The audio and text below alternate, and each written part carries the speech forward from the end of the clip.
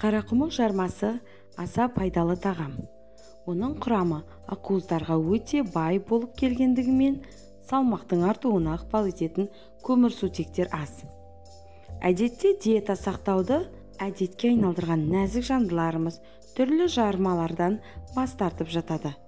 Бұл дұрыс емес, өйткені артық салмақты азайтатын жарманың да жармасы болады. Соның бірі бүгін тақырыпқа арқау болып отырған қарақұмық жармасы. Қарақұмық бауыр мен ішекке өте пайдалы және холестериннің деңгейін азайтады. Жарма күйзеліске, құрсақ қуысының сырқаттарына қарсы тұруға көмектеседі. Оған қоса, қарақұмық асқазанға тез сіңіп кете қоймайтындықтан ұзақ уақыт бойы қарны аштырмайды. Диета кезінде салмақты азайтады екен деп бет алды қарақұмық жей беруден де қашыңыз. Қарақұмықтан тез шығып қалуыңыз әбден мүмкін. Олай болмас үшін жеміс-жидектер жеп, майлылығы төмен йогурттардан дәм татып тұрған артық емес. Кешкі сағат 6 тамақ ішуді тоқтататын мезгіл.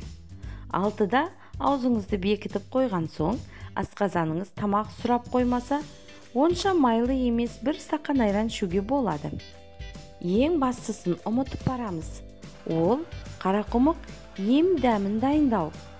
Ол үшін кешке қарай бір стақан қарақұмыққа 2 стақан қатты қайнаған суды құяды да жақсылап қымтап жауып түнге қалдырады. Тұз не болмаса басқа да ас мәзірлерін қосудың қажеті жоқ. Майлылығы аз айран немесе соя тұздығын қоссаңыз болады.